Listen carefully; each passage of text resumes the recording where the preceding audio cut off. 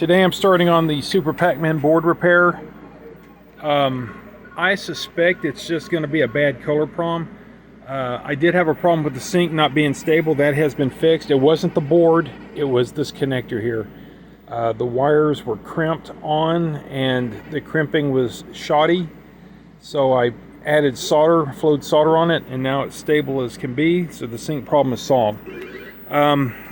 I'm going to have to get the schematics and look at it, but I bet this PROM here is the color PROM. I think there's only going to be one. This one may also be involved. I don't know what this SP1 or SP7, SP1-7 chip, if that's video related, it could be that too.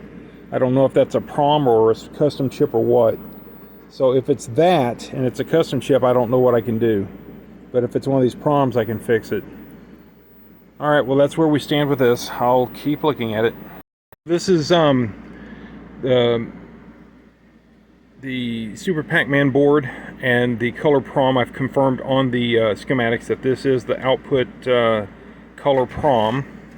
So I'm assuming this one is wrong. It's got a date code of 1982, so this one may be a Mrs. PacMan or something color PROM that was stuck in there.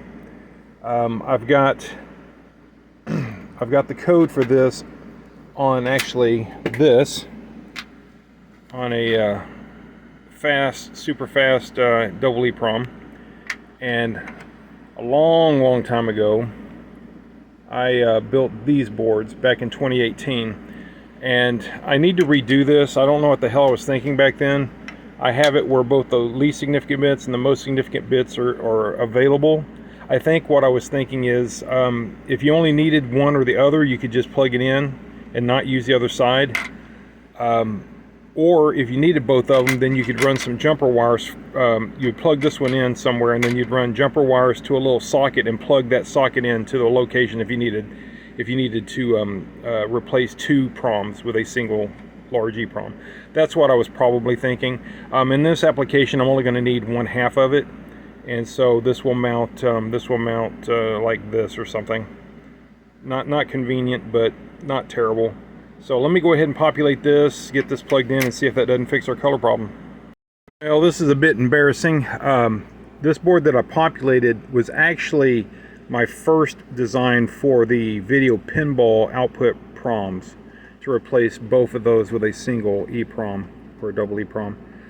That is the wrong profile. This is the by 4. These are the 256 by 4 or 512 by 4 PROMs, and the output PROM here is a 32 by 8 PROM. So I thought I had made some boards like this that I could replace the 32 by 8 with a large double EPROM like this board would have done.